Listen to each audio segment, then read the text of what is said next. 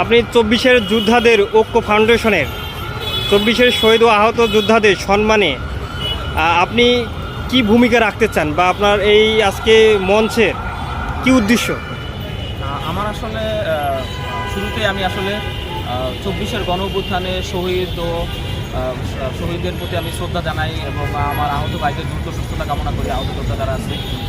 এবং আমি এই কর্মসূচিটা আসলে দিচ্ছি যেহেতু আপনারা জানেন যে জুলাইয়ের 1 বছর পূর্তি হয়ে গেছে গত 24 সাল হলে 25-এর এই জুলাই আসলে কি আমি পুনরাবৃত্তি কি আসলে ওই স্মৃতিচারণের জন্য এবং শহীদ পরিবারকে সম্মানের জন্য, শহীদ পরিবারের প্রতি সম্মান এবং আহতদের স্মরণে মানুষ এখন আমাদের কতটা মনে রাখছে এই জন্য এই গণসংখ্যা কর্মসূচিটা আমি আয়োজন করছি এবং একটা চিরকুটের একটা প্রোগ্রাম দিচ্ছি যে চিরকুট প্রেরণ এবং শহীদ পরিবারকে সমবেদনা জানিয়ে মানুষ কী লিখতে চায়, তাদের অবদানগুলোকে কী করে অবদানগুলো স্বীকার করে এবং অবদানগুলোকে প্রশংসিত করে তাদের যে সন্তান গেছে, কারো স্বামী গেছে, কারো ভাই গেছে, কারো বাবা গেছে, তো ওই উদ্দেশ্য থেকে আসলে আমি এইটা কাজটা করছি। আপনারা দেখতে পাচ্ছেন এখানে চিরকুট প্রেরণ করুন, এখানে যে শহীদ যোদ্ধাদের পরিবারের প্রতি সমবেদনা জানিয়ে।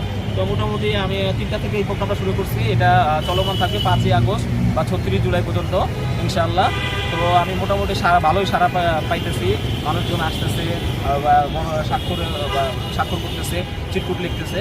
এটা আমি মনে করতেছি যে আমার জায়গা থেকে বা আমার এই প্রতিষ্ঠানের থেকে ছোট করে হলেও আমি অবদান রাখতে চাই বা তাদের সম্মানে, শহীদ এবং আহত যোদ্ধাদের সম্মান, এই উদ্দেশ্য থেকেই প্রোগ্রাম। প্রশ্ন করবেন আহত যারা আছে এদের বিষয়ে বর্তমান পরিস্থিতি এদের কেমন বর্তমান বা আপনার তাদের সাথে যোগাযোগ হয় কি না? হ্যাঁ, আহতদের সাথে নিয়মিত যোগাযোগ। আপনারা জানেন যে আমরা হোয়াটসঅ্যাপ গ্রুপে করি এবং আমি 7 দফা একটা দাবি দিই।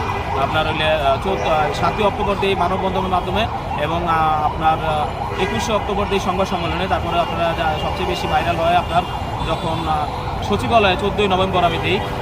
ওই থেকে আসলে আহতদের সাথে খুব ভালো সম্পর্ক আছে আমার এবং নিয়মিত যোগাযোগ হয়। অনেকে কান্নাকাটি করে, অনেকে চোখ নষ্ট হয়ে যেতেছে, চোখ দিয়ে ভূত বের হইতেছে, অনেকে আর্থিকভাবে খুব ক্ষতির সম্মুখীন আছে। এইভাবে যোগাযোগ আসলে ভালো নেই, আমাদের আহত ভাইরা আসলে ভালো নাই।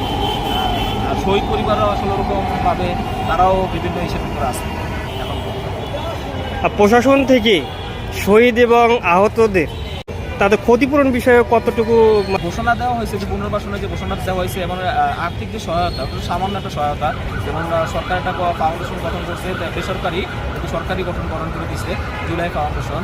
তো তারা বিভিন্ন প্রায় 6,500 আহতকে 1 লাখ টাকার মতো দিচ্ছে, 1 লাখ টাকা, কাগজ 2 লাখ টাকা এরকম দিচ্ছে, কিন্তু গ্যাজেটভুক্ত আহত 12,000-এর উপরে।